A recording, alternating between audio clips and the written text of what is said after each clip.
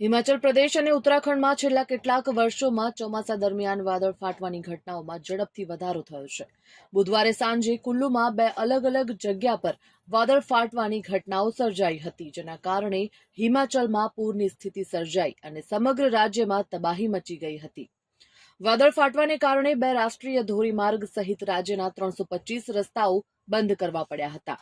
સતત વરસાદના કારણે હિમાચલ પ્રદેશને પણ આર્થિક નુકસાન થયું છે. અધિકારીઓના જણાવ્યા મુજબ 20 જૂનથી શરૂ થયેલા વરસાદમાં અત્યાર સુધીમાં 2031 કરોડ રૂપિયાનું નુકસાન થઈ ચૂક્યું છે. આર્થિક સિવાય જાનમાલનું પણ ભારે નુકસાન થયું છે. આ સિઝનમાં વરસાદ સાથે જોડાયેલા કેસમાં અત્યાર સુધી 126 લોકોએ પોતાનો જીવ ગુમાવ્યો છે, જ્યારે 36 લોકો ગાયબ છે. મળતી માહિતી મુજબ કુલ્લુમાં બે જગ્યાએ નિર્મંડ ઉપમંડળની શ્રીખંડ પહાડી અને બંજાર ઉપમંડળની તીર્થનખીણની બાથા પહાડી પર બુધવારે સાંજે વાદળ ફાટવાની ઘટના સર્જાઈ હતી.